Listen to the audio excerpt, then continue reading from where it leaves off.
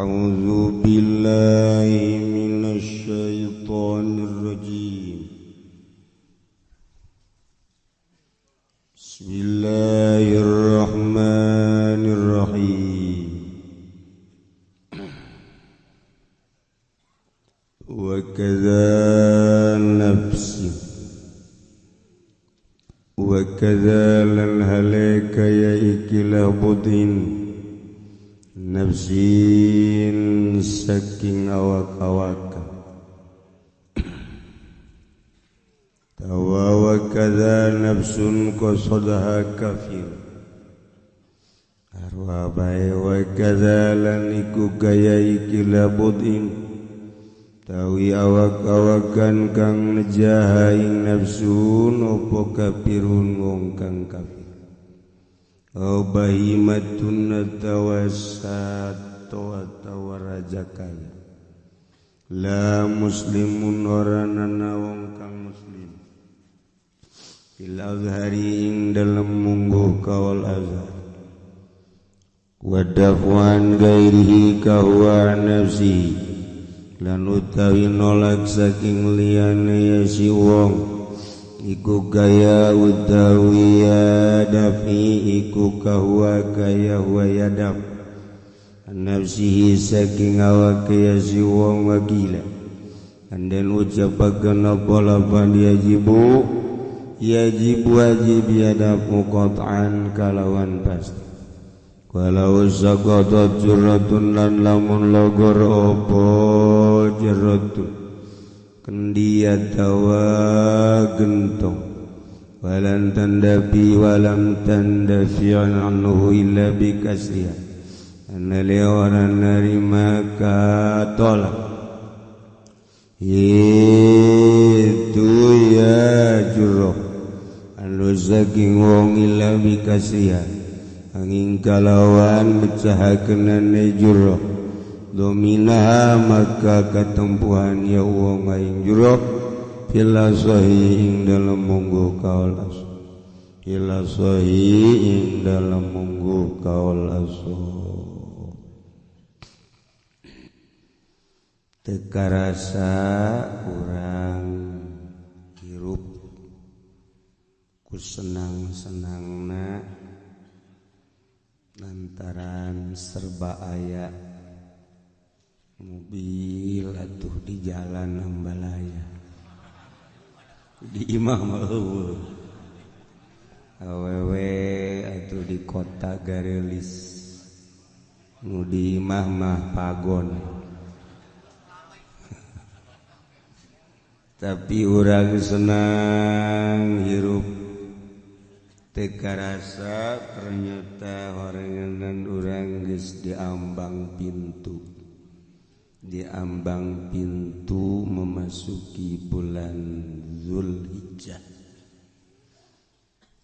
Jadi batur mah kuari geus aya di tanah haram baik Madinah maupun Mekah. Salengkah-salengkahna ditulis sebagai pangampura Allah. Urang mah di dieu atuh can pararuguh aya anu nyilih bae ngaji ge asli nyilih beus aya kolektor datang ngajina ge nu mantap di tengah ente di sisi besi kapanggihan tapi nu jelas mah zahirna mah ngaraji bae dulur-dulur urang mah pan teu ngaraji di lembur masing-masing di imah masing-masing urang mah alhamdulillahirabbil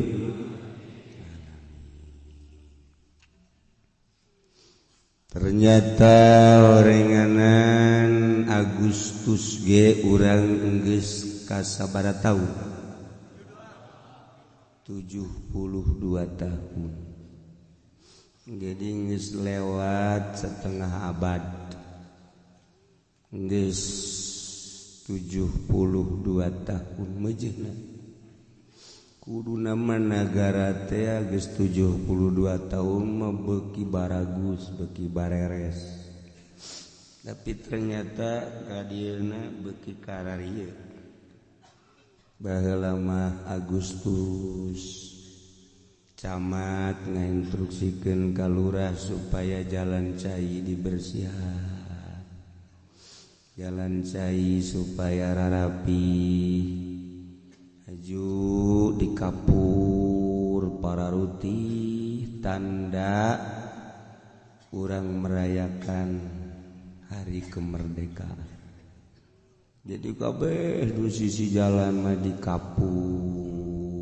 imah nu di sisi jalan tatangkalan pager jadi sa Indonesia kanyahoan Agustus kuari mah guru nagayan teu baris guru nage guru teu baris guru sakola jadi endeu kumaha bararagus merayakan hari kemerdekaan teh ya kuari mah sapotong-sapotong aju kumpul da teu puguh baheula mah kulantaran aya lapangan boga lapangan kecamatan teh kumpul kabeh sakecamatan nu mawa paparahuan anu mawa dangdeur anu mawa wah macem-macem jadi urang asa gitu lantaran lapanganana dijual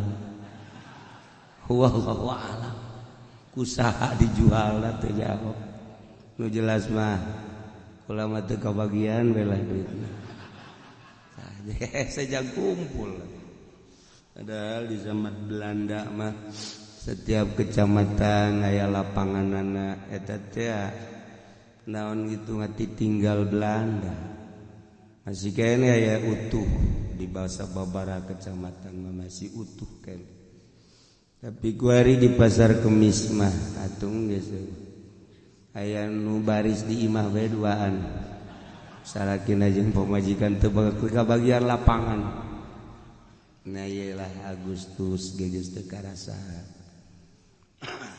jadi makin ka dieu makin teu beres baheula mah aya bupati asa aya raja datang ka sakolahan bupati teh kos raja lantaran pantes diraja-raja bupatihna atuh penuh dedikasi penuh harisma aya sifat kebapaan aya bupati kuat anak-anak jadi bupati atuh uyuhan yang bisa nangtung eta anak-anak lahir prematur baheula gitu sawarehna maksudna ieu orok jara di bupati baheula mah pantes bupati teh masyaallah karim teu kudu presiden nu datang ka lembur cukup bupati asa presiden kuari mah presiden asa hansip datang ka lembur teh wallahu alam ieu nagara jadi dibalikeun kuari kos kieu ya Allah tu kuari mah kadatangan kiai asa kadatangan preman Masya Allah muludan tinggal muludan geus beres muludan pas ini mayarna urang sabaraha aduh teh preman bener maksudna aya kuari kiai gitu ya Allah ya anu preman mah bajingan da mati ya Allah ya Rabb tertanda berarti atuh ieu negara keur acak-acak urang ngadenge korupsi baheula mangan 1 juta 2 juta kuari mah triliunan Masya Allah meureun ka 10 kaya mah urang bagiannya maksudna ka neraka abe bareng we gitu ulah nyana bae tapi kan engke di akhirat urang ngadadahannya presiden dadah bupati kiai ge sarua nu korupsi mah ka neraka bae Korupsi di mana? Sholawat.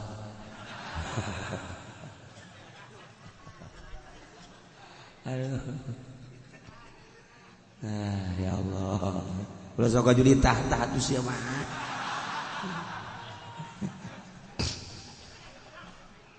Nah, maksudna naon? Di tengah-tengah kreditna negara, di tengah-tengah hancurna budi pekerti, moral hancur, urang ulah kababawa hancur, jenteing batur hancur, jenteing batur ajur. Pemerintah kadangena kuari teh keur korupsi, urang mah ulah korupsi, mun deuk maling sendal bae. Sarua tah mah atuh. Salametkeun awak urang masing-masing. Lain deuk nyaritakeun kehancuran kudu hancur kabeh. Tapi salametkeun diri urang di tengah-tengah hancurna moral bangsa. Di tengah hancurna budi pekerti, urang mah perbaiki, urang mah bagus-bagus supaya kajen batur mah cari laka di akhirat, tapi urang mah mudah-mudahan disalametkeun. Batur ka neraka minimal urang mah di sisi, ka neraka mah di sisi. Dek diaminan kumaha tuja ngeridit kabeh, make duit bank kabeh, dek kumaha teu ka neraka. Nah, mantak urang ngaji supaya saeutik-saeutik urang dirapih. Kreditan gegeraan selesaikeun. Aju ngeridit deui. Teu anggeus-anggeus. Ya Allah, ya Rabbi, hawa nafsunya. Nah, yuk urang ngabebener diri urang, ulah kabawa sakaba-kaba tur urang ngadoa jang kasalametan urang, oge jang kasalametan negara urang, jang kasalametan bangsa urang. Mudah-mudahan urang kabehan, diri urang, keluarga urang, tetangga urang, tur seluruh rakyat mudah-mudahan disalametkeun ku Gusti Allah, dibere kenal ka Gusti Allah hingga urang di akhirat aya dina ridho Allah Subhanahu wa taala. Iraha kiai tanggal hiji hajina, wallahu alam tanggal hiji na cek pemerintah mah. Tapi cek hisab qat'i mah jatuhna lebaran adalah poe Jumat. Lebaran haji poe Jumat. Berarti nanggalkeunna terserah ente. Neuk poe naon sabodo. Nu jelas lebaranna poe Jumat nurutkeun cek hisab qat'i sulamun nairin. Islamun tanggal 10 na poe Jumat berarti tanggal hijina poe Rebo, Kamis, Jumat, Sabtu, Minggu, Senin, Selasa, Rebo, Kamis, Jumat. Kuari poe naon? Sadar berarti. Cager. Nunggus balain gitu ngajawab. Nah, Minggu, Senin, Selasa, Rebo. Minggu, Senin, Selasa, tinggal 3 poe deui. 3 poe deui. Masyaallah. Ibnu Mas'ud radhiyallahu anhu nyaritakeun ti Kangjeng Nabi bahwa poe anu terpilih teh aya 4, lain sambarangan poe nu 4. Nomor kahiji yaumul Jumat, poe Jumat teh lain sambarangan. Lantaran dina poe Jumat teh fiha sa'atun la yuwafiquha 'abdun muslimun yas'alullaha ta'ala syai'an min amri dunya wal akhirah illa a'tahu iyyahu. Gusti Allah di jero poe Jumat teh aya hiji jam, aya hiji waktu anu tepat ngakuran manusia seorang muslim di jero eta waktu kemudian menta baik urusan dunia maupun urusan akhirat langsung bakal dibere ku Gusti Allah. Poe Jumat tinggal jamna jam sabaraha teu dibejakeun ku Kangjeng Nabi. Apakah tas subuh, apa jam genep, apa jam 7, apa 8, 9, 10, apakah jam 12, apakah mantes Jumat atau asar, teu dibejakeun ku Kangjeng Nabi. Maksud teu dibejakeun abeh full sapoe Jumat teh ulah ka mana? Ulah ka mana? Coba lamun dijelaskeun. Oh, ieu teh waktuna teh jam 12 atau jam 12 kabehan. Ngintip jam 12. Atawa jam hiji ngintip jam henteu. Pokona mah sapoe Jumat bae. Ulah aya nu sempet-sempet ka pasar. Ulah aya nu sempet ka kantor. Bangkrut negara. Ulah aya nu sempet bae ka mana ka sawah pa Jumat mah. Nulis bae aja kelantas bae. 10 tasbihna 9 jual hiji atuh siapa jualan keneh bae. Nah ieu poe Jumat lain lalagaan sebut daga sayyidul ayyam rajana poe Jumat. Mentak diprediksi mungkin bae waktu ijabahna teh sabada azan Jumat. Sabada azan. Tah, sabada azan di dieu waktu ijabah. Cik sakaos sabada salat sunah. Begitu azan langsung salat tas setelah salat. Cik sakaol mah memeh imam naik ka mimbar. Didinya gegeraan mentak. Begitu imam keur naik, ya Allah minta dunia Gusti. Mobil.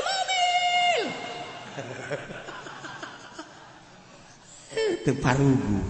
Ulah di embat isin. Jero hate bae.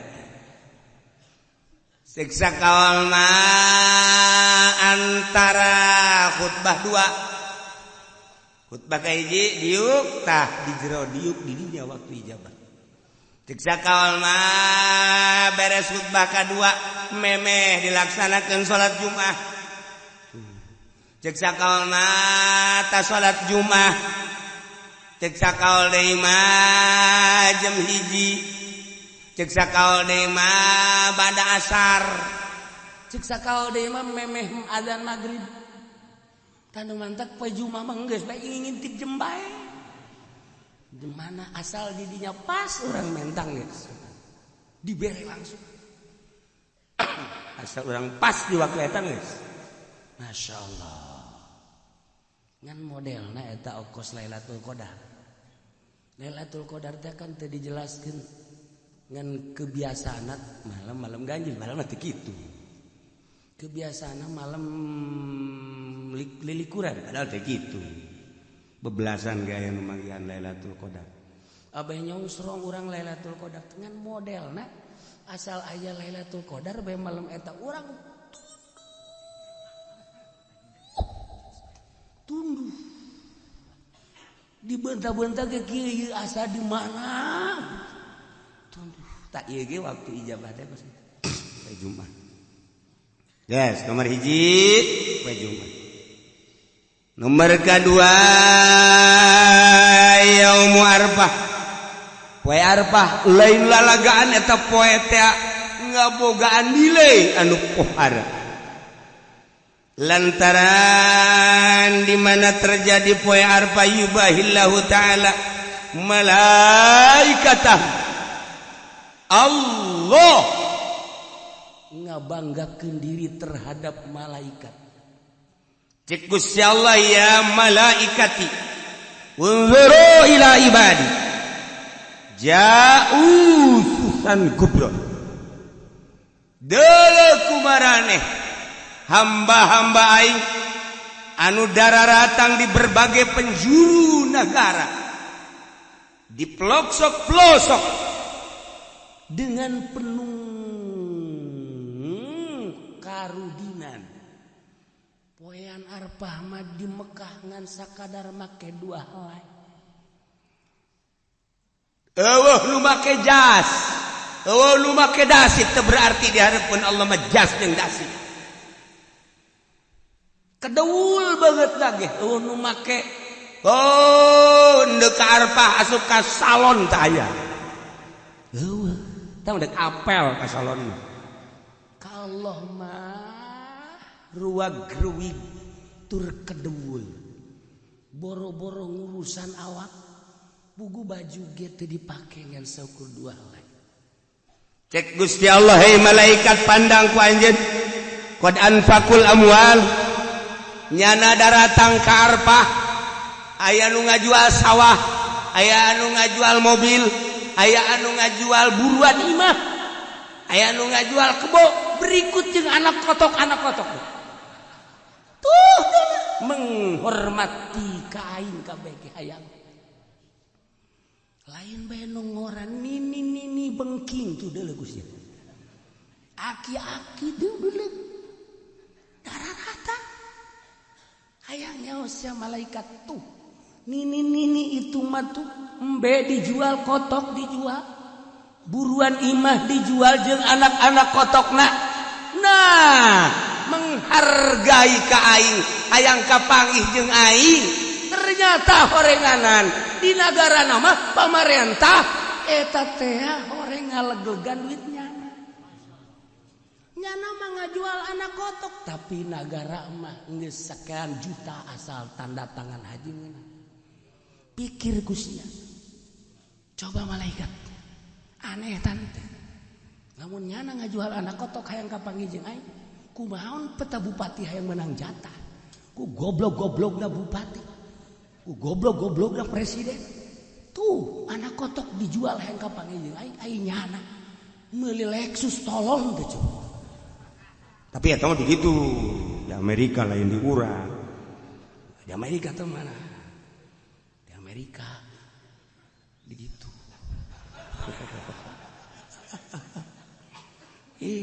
Sedih udah. Haju ngadaguana nagis nyaho malaikat. Aya anu 5 tahun.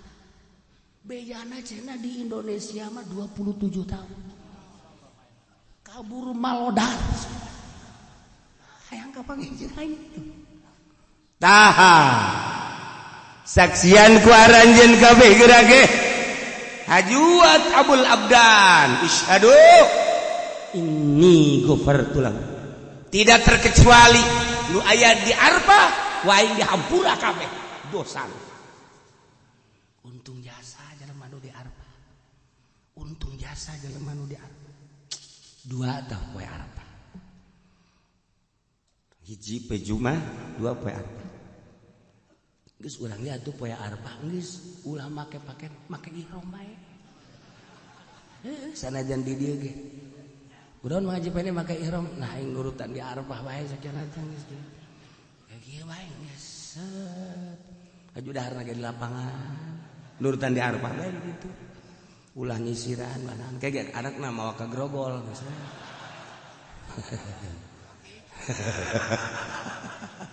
Bapak menjadi berubah sekarang. Iya. Nomor katilu yaumun nahri. Poean lebaran haji. Qarbal abdu kurbanahu. Tiap jelema anu ngalaksanakeun kurban. Allah mah teu hayang dagingna. Allah mah teu neuleuh getihna. Tapi Allah mandeuleuh teh takwana. La yanalallah luhumuha wala dimauha walakin yanaluhu taqwa. Los daging nama jang sia dahar ku sararia, tapi aing menilai nu ku aing katarima takwa na eta jelema. Fa awwalu qatratin qatarat minal qurban takunu kafaratan likulli dzambin amilahu al-'abdu. Setiap tetesan getih nu nyek celekatana nu dipencit ku hiji jelema maksudna korban eta teh ngajadikeun pangampura dosa. Setiap tetes trak mangkaning sabaraha gelas getihna. Ieu getih sacek celek bae suaranya. Ieu lah poe lebaran. Mulia jasa. Teu bisa urang kuari mah mencit korban kuari teu bisa. Di luar bulan haji urang mencit korban teu bisa. Eta mah ngan sakadar poe eta we poe lebaran jeung tasrek 3 poe. Lamun jelema boga duit kemudian henteu mencit korban rugi jasa. Rugi jasa. Lantaran keur ditongton ku malaikat. Kararieu malaikat coba tuh si haji itu tuh si haji itu. Boga sebenarnya namanya duit. Pan bangunan nyokotan daging bae. Ulah neulekeun tunjuk aing atuh. Biasa bae. Aduh. Sabarukna teh ditonton ku malaikat. Malaikat tonton kieu. Ya Allah, mana coba situ coba. Pan situ mah duit loba ge teh coba situ. Tuh. Malaikat, itu tuh. Itu masjid. Laporan, ya Allah. Itu mah tuh Pak anu mah di anu masjid. Cak Allah, guys. Bukakeun lawang sorga. Buka. Lantaran geus dihampura dosa. Masya Allah. Pokona mah geus siapkeun kuari duit jeung celengan. Jang meuli kebo. Sapoe 1 juta urang jeung celengan. Duitnya di mana? Geus amun sapoe 1 juta teu bisa, sapoe 500.000. Jeung celengan berarti amun kuari datang ka lebaran 14 poe. Nah, jadi berarti lamun 500.000 seperti itu. Berak beli gitu embe Garut bude teh. Wah, cenah kiai duit teh boga tuh sakitu mah. Geus bae tuh sapoe 100.000. 100.000 berarti kuari datang ka lebaran sabaraha? 1 juta. Nah, beli embe cisoka. Embe kacang leutik.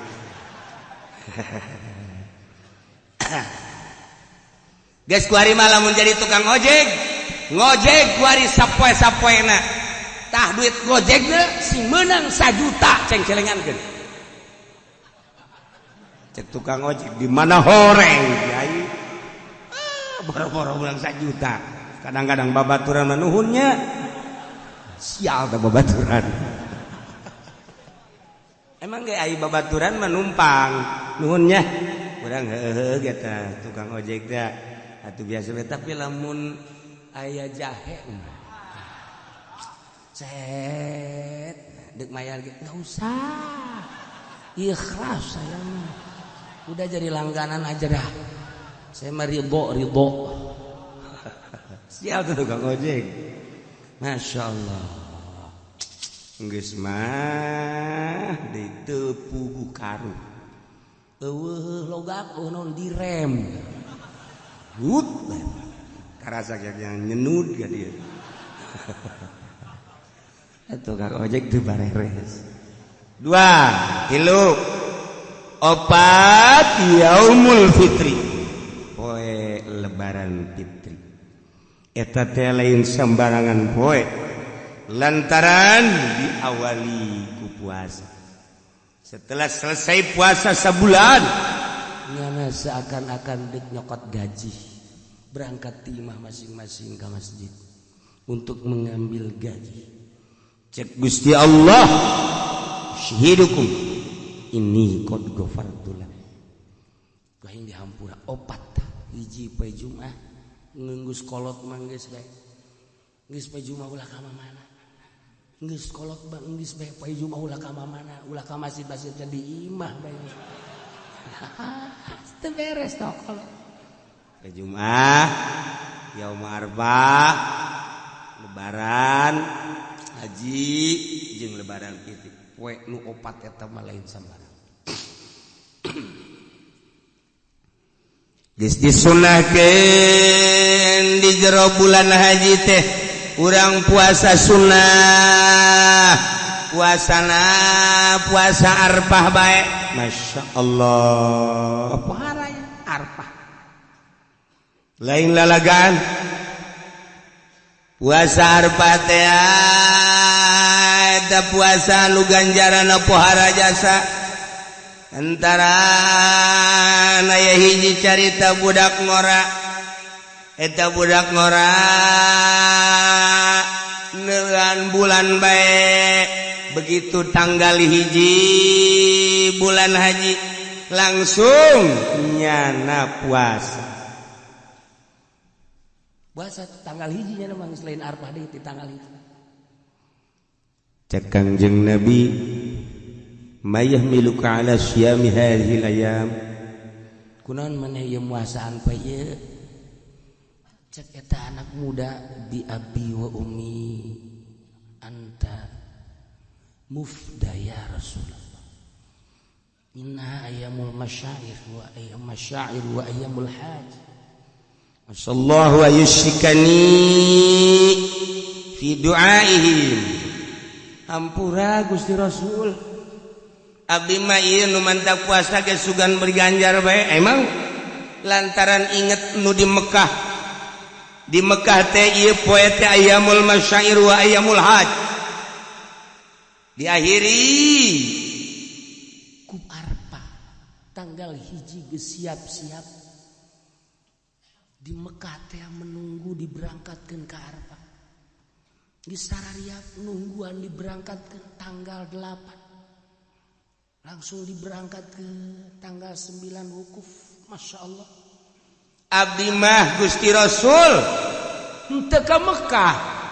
Tetapi jelema di Mekah teh kapan ngadaroa?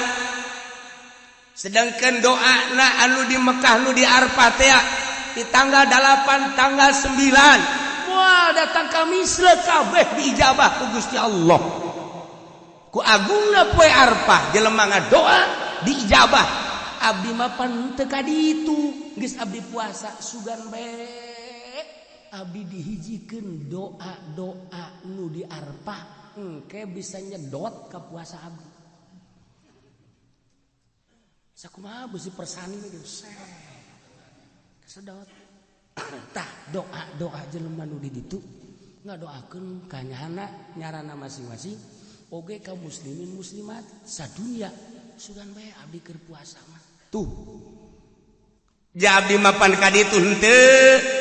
Kemudian atuh hayeuna mah itu abdi mah jaga we henteu di dieu.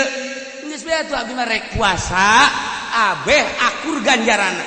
Kumaha teh cak Kangjeng Nabi? Cak Kangjeng Nabi masyaallah. Fa innalaka bi kulli yaumin tasumuhu adlam mi'ati raqabatin. Sanyanyana tetep ka anjeun. Anjeun dibere ganjaran unggal poe nu ku anjeun di puasaan eta sabanding jeung ngamerdekakeun 100 abid sapoe. Wa mi'ata badanatin jeung 100 onta, mi'ati parosin jeung 100 jaran yakni kuda yuhmalu alaih fisabilillah anu dipake perang di jalan Allah. Kabita jasa ganjaranana. Atuh maneh mah dibere ganjaran sarua jeung ngamerdekakeun 100 abid. Sarua jeung boga onta 100, boga kuda 100. Diberangkatkeun jang perang fisabilillah. Eta ganjaran hiji ge pohara jasa sabilillah mah syahid atuh komo ieu 100. Tah nu bantak lamun jelema geus dibejaan ganjarana model kitu haju teu daek puasa goblok. Goblok tah mah. Nah, madak deg dileukeun awas. Awas ke minggu hareup lamun kadeuleunah teu popoyong kodan lemes teu leuleus berarti teu puasa. Geus kuduna kieu nyiduh we. Korenganan keluar di majelis mah ngarokok. Ieu nu matak dicaritakeun ge supaya daya puasa. Lain lalagaan ganjaran masyaallah. Mudah-mudahan urang kabehan dibere sehat, dibere jag-jag, dibere kuat ngalaksanakeun puasa. Poean kahiji tanggal hiji Perbo.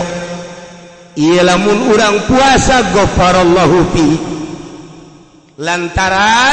Lantaran poe eta teh Allah ngahampura ka Kangjeng Nabi Adam alaihi salam. Kangjeng Nabi Adam diturunkeun ti sorga. Kemudian ka India, negara India.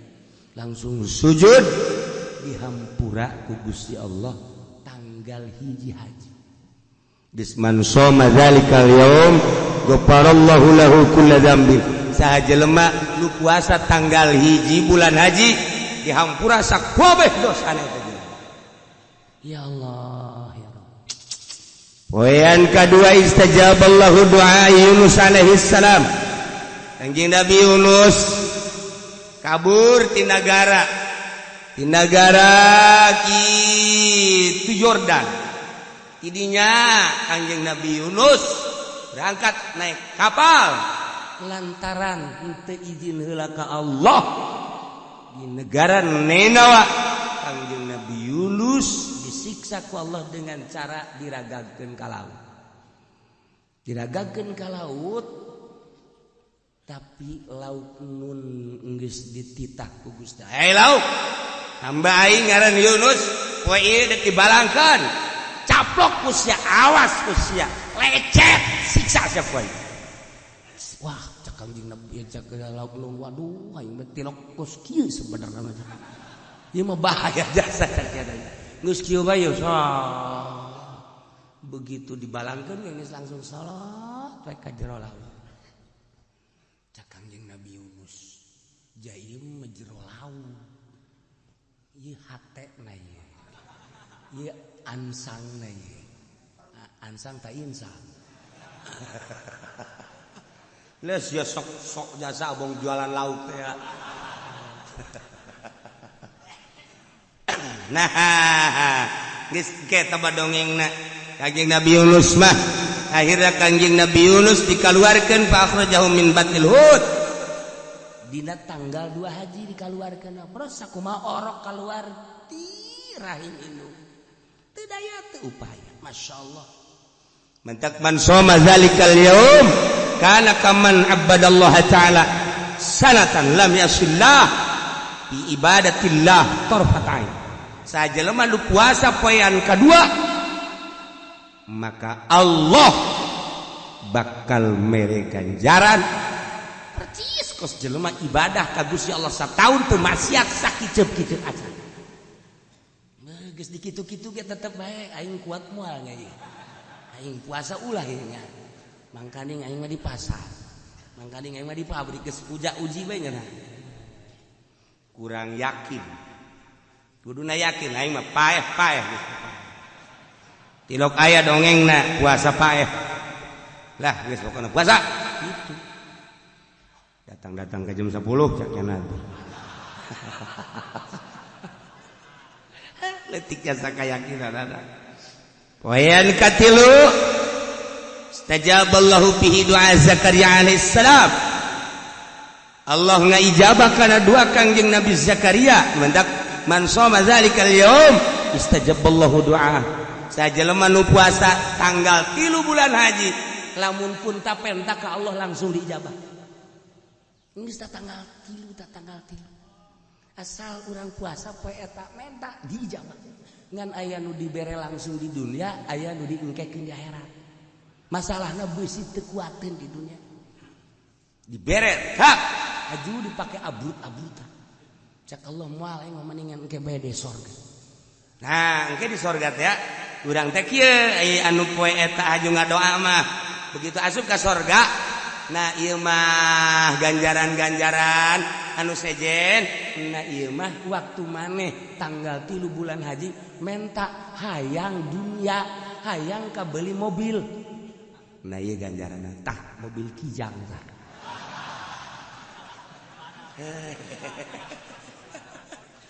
protesnya ya Allah ya Rob atuh kijang ge baheula keur di dunia nya di sorga aya kijang tinggalin ku batul ojol Gusti ojol jeung naon dia jeung Lexus we atuh pan baheula mentana kijang maneh henteu emang bungsi emang kajian kumaha Lexus bae Lexus kumurahna Gusti Allah dibere ulah Lexusnya tah kapal bae eta murah Gusti Allah dikitu-kitu ge tetep kuat moal aing nya Wayain maksud dibere bebejak kieu ge ye ai santri mah geus nyaho kula ge santri kiai atuh yakin geus nyaho ieu mah jang anu bangsa pedagang budak sakola nu teu nyaranaok nu tilok maca kitab lah aya kiai mah geus ge poho deui ieu mah mepelingan ieu poean kaopat al yaumul ladzi wulida fihi Isa alaihi salam Kangjeng Nabi Isa dilahirkan tanggal 4 bulan Zulhijjah geus atuman soma zalikal yaum sajelema nu puasa dina poe eta yakni tanggal 4 nafallahu anul basa wal faqra bakal dileugitkeun ka riweuh jeung kapakiran tanggal 4 masyaallah Wayan kalimal yaumul ladzi wulida fi Musa alaihi salam di mana Kangjeng Nabi Musa baheula dilahirkeun na tanggal 5 Zulhijjah geus man soma zalikal yaum bari aminan nifaq amin azabil gobri sajalema nu puasa dina tanggal 5 bulan haji bakal bebas tina panyakit nifaq jeung tina siksa kubur ieu penting ieu pilihan bae atuh urang tah tanggal hiji tanggal 2 iya aing mah tanggal 5 bae geus lah resep jasa aja aing mah ieu enggak tanggal hiji teu puasa tanggal 2 tanggal 5 mun ditanya apa sih tanggal 5 doang aing resep tah ganjaranna tah eta doang tah aing mah di sisa kubur selesai aing mah geus aduh budaknya gagah aing prak dipilihan puasa aduh macem-macem bae Wayan kagenep al yaumul ladzi fatahallahu li nabiyhi fil khair Allah mukakeun ka Gusti Allah ka nabina dina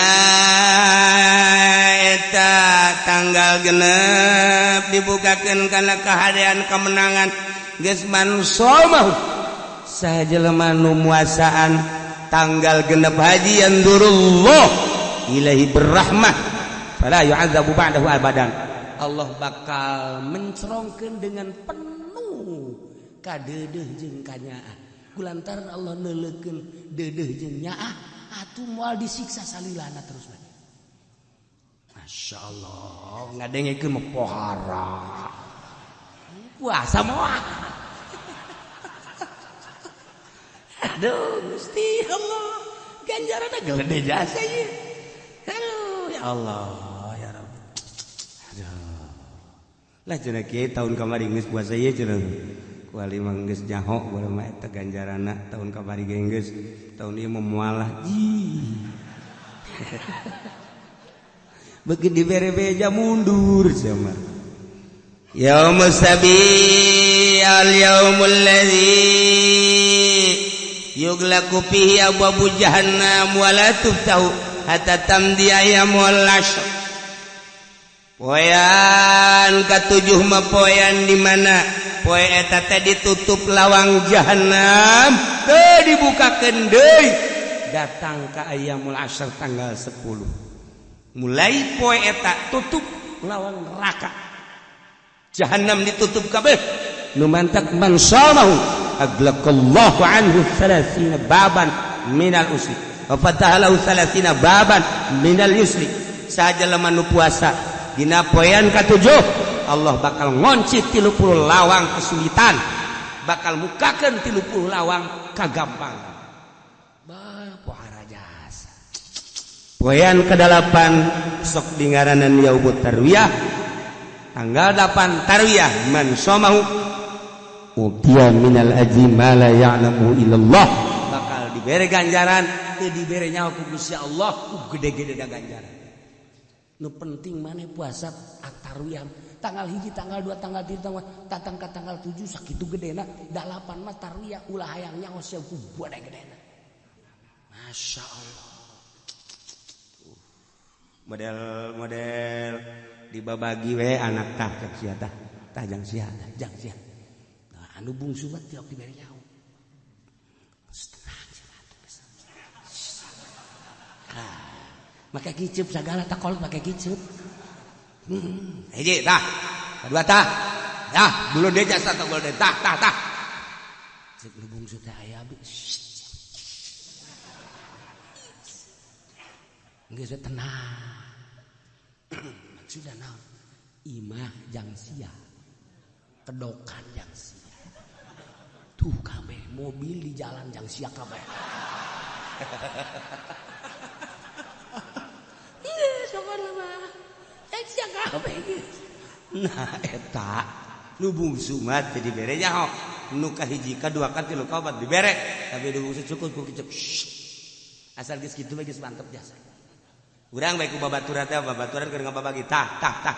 Noel gampang ya mah. Pareng poho ka dituna.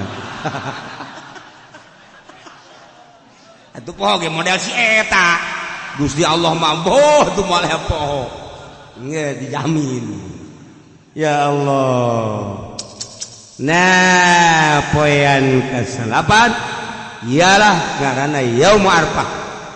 Poean Arfah mah man shamahu. Sajelema nu puasa dina poean Arfah. Bayangkeun coba kana kafaratan lisanatin madiyah wa sanatin mustaqbal. Eta puasa bakal ngaparatan sataun katukang dihampura dosa, sataun kahareup dihampura dosa. Tah mah sataun katukang kahareup, apa nu haparatan? Katukang sataun kahareup sataun. Geus anu kamari segala Noel si Mbak, segala ngabonceng si Jahen. Eta ku puasa ieu beak kabeh. Beak kabeh. Aduh. Mantap puasa Arfah. Puasa Arfah. Sataun katukang, sataun kahareup. Nah, geus puasa Arfah tah. Menang 15 poe haji ngabonceng jahe deui. Dihampura kos kieu mah. Aing geus puasa geus. Siapa tolong? Allah karim.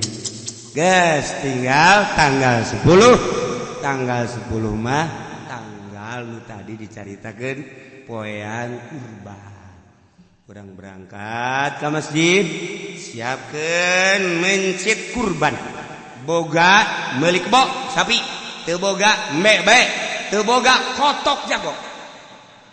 Kotok jago urang boga duit kotok jago sabaraha teh hargana? Kotok jago nu bagus sabaraha hargana? Hah? 50 tilok meuli maling teman. Masya Allah. Masa 50.000? Aing nggak borong gos gitu mah. Ini kotok jago, set, bagus. Pencit, set. Asakeun. Beres asakeun, embrakeun di tengah imah. Panggil pemajikan jeung anak. Ya orang korban ya. Cak anakna baha. Ai korban mah didikeun ka batur. Dikeun ka saha? Atuh kanu susah. Di negara ieu saha nu leuwih susah? Abah sia nyaho. Cak anakna heueuh oge nya makana. Ye, sia sok macem-macem. Lembur ieu pang susahna abah sia. Geus berengar. Heuh atuh kitu mah bah, beres. Niat korban geus. Asan dilaksanakeun eta Gusti Allah. Nah ieu mah maksudna dicaritakeun padahal unggal tahun urang supaya tergugah deui. Padahal geus nyaraho omong sok maca kita mah kajeun iman nambah keyakinan jeung kesempangatan dalam rangka urang ngalaksanakeun puasa. Poe Rebo nganu baring bagus nama lantaran di sabulan teh disunahkeun puasa teh 3 poe hiji awal bulan 2 tengah bulan aya maulid nomor katilu akhir bulan tah nu mantak nu bagus nama puasa teh tisuk teh tisuk Senin Salasa asuk akhir bulan Rebo awal bulan bari bulan haji geus isukan siapa bangun moal atuh isuka guys mulai isuk geus geura ngamparkeun sajadah di masjid guys ye bae geus kolot bae naon itu geus kolot mah kudu kieu ka ieu cucu ka dicu enak ambean coba ieu embun-embunan abah geus bau kuburan can imah sekolot nonton TV kene mbeuh ke susuwit sagala deui aya nu liwat teh susuwit masyaallah eta mah nu kos kitu mah ngaranna eta mah berit nu sok susuwit mah nah mendak geus urang petakeun awak urang di tengah-tengah akhlak moral bangsa kercarut marut korupsi kadangena makin menjadi-jadi bohong makin menjadi-jadi berjamaah maling di PNS geus terjadi cukup jangka neraka kos kitu bae cukup jangka neraka asal diangkat jadi kabag bae geus kudu babagi meja anu ye emang kumaha gitu emang intinya parangsan nah rapihan awak urang bisi teu kapanggih deui jeung bulan haji hareup geus kurang 0-0keun kabeh bebeja ka pamajikan bebeja ka anak abah mah geus kolot puasa deuk di masjid bae geus sia nu ka pasar sia nu dagang kabeh abang nah geus tarima beres we geus abah mah geus cak pamajikan enak aya jadi urang siapkeun puasa tira tah nu disebut isukan gede wallahu alam coba isuk nah etalah sekadar penjelasan tentang poe-poe ganjaran-ganjaran dina poe-poe bulan haji anu sakitu poharana tapi tetep bae iwal timun tayang ka Gusti Allah nu boga tanaga nu mere tanaga Allah nu mere kuat Allah sanajan urang hayang-hayangan ku Allah teu dibere kuat deui kumaha deui sanajan urang resep ka ganjaran Allah henteu mere ka urang daya jeung kakuatan deui kumaha entek nu boga kuat Allah pentang tahu ya Allah ya Rabb abdi minta kekuatan ti Gusti ja Gusti nu boga kuat abdi hayang puasa ku gedena ganjaran Gusti tuh wa kadza nafsun qasada kafirun tu keneh lamun aya hiji kafir ndek ngarusak ka awak-awakan yakne ka urang sebagai umat muslim aya kafir ngahadang urang baik eta kafir teh ngahadang teh ndek maling atawa dek ngabunuh urang ulah diantepkeun ku urang kafir rugi lamun urang nyerahkeun diri ka kafir li anal istislam lil kafir dzulun fid din pasrah terhadap kafir satu kehinaan terhadap agama jelema nu pasrah ka kafir berarti penghina agama ulah dihinakeun agama Islam dihareup kafir teh kudu gagah. Andai kata aya kafir dek ngahadang urang, kafir dek ngabuluh urang, langsung sanajan urang leutik dek eleh dek menang. Parangsan. Bebeja orang. Kok lu mau ngebunuh gue? Walaupun gue kecil, lu belum tahu. Nih sebelah 40 kok. Yang ini 40 padahal mah henteu. Ngagos dana. Udah berapa orang yang saya tempeleng angus. Jangan coba-coba. Tadi hari pun kafir mah kudu gitu. Saya dari kecil puasa aja kok. Maksudnya bukan puasa apa-apa. Ini kalau nempeleng orang angus. Yang udah. Wah. Makanya ada nama Tegal Angus. Itu bekas tempelengan saya. Cek singkoh enggak bohong, mau goblok gitu. Ada harapan kafir mah kudu kitu.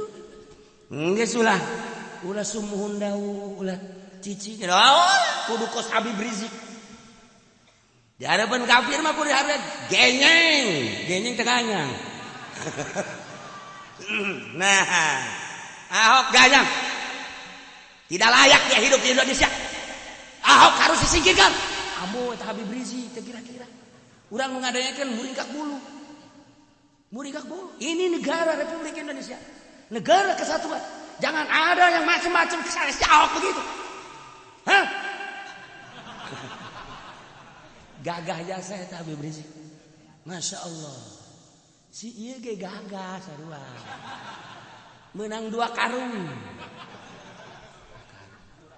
Batur nu demo nyana nu untung. Lamun laya kafir dek rusak awak muslim ulah diantap. Lawan sekemampuan. Orang menang luhur agama. Eleh syahid orang geus ongkang-ongkang orang di surga. Begitu datang ke akhirat, pada nanti di surga. Dulu gua ini perang dengan si Ahok.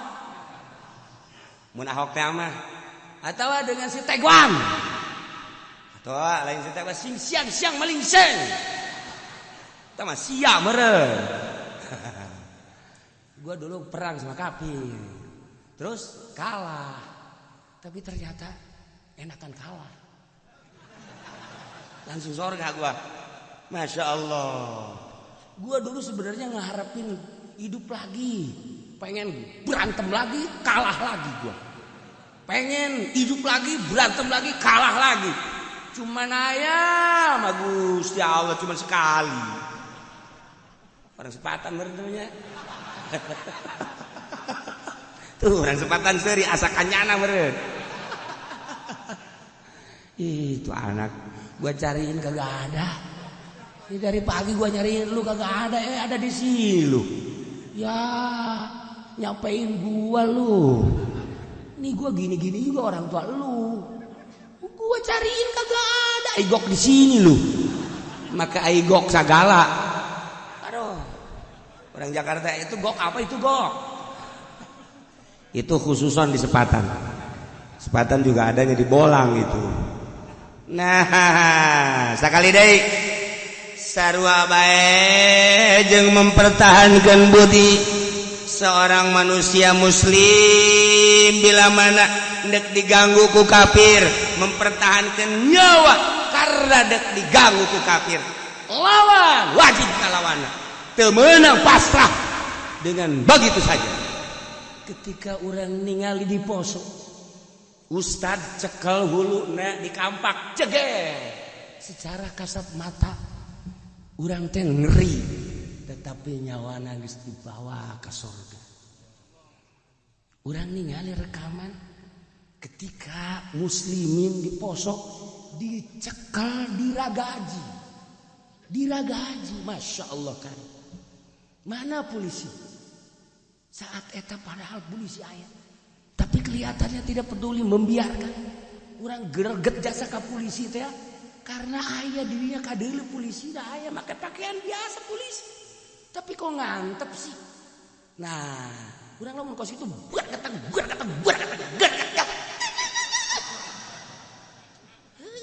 Aya polisi. Masya Allah. Haju kuari garagat keren. Tuh. Kuari mah. Panjenengan teh geus dibere periwit aing. Jang pengaman.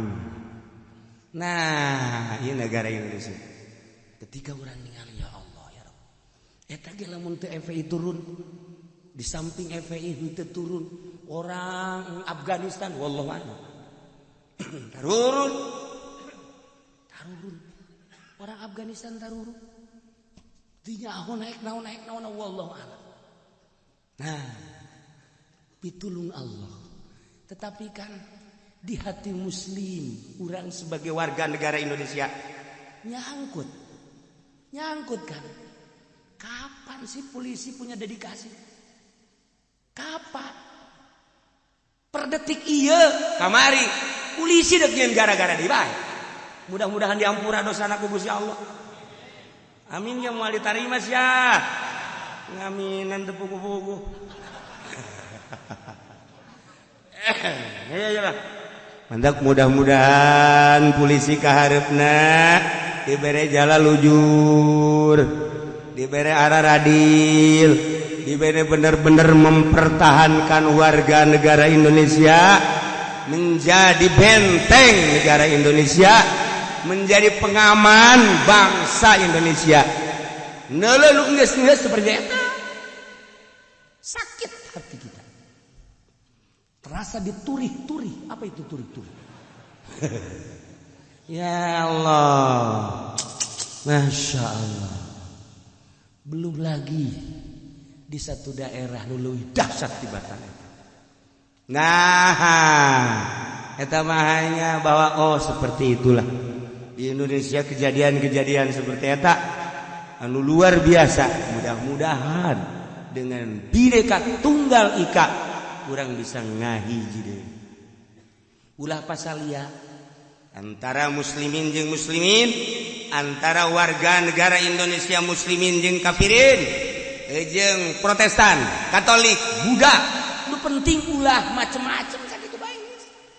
Urang hidup rukun di Indonesia dengan Bhinneka Tunggal. Sia bisa macana doang mun ku yang ditanya naon hartina. Tentunya ahoh kan. Haju bahasa naon itu. Tentunya ahoh sih. Dasar orang udik sia. Itu Bhinneka Tunggal Ika.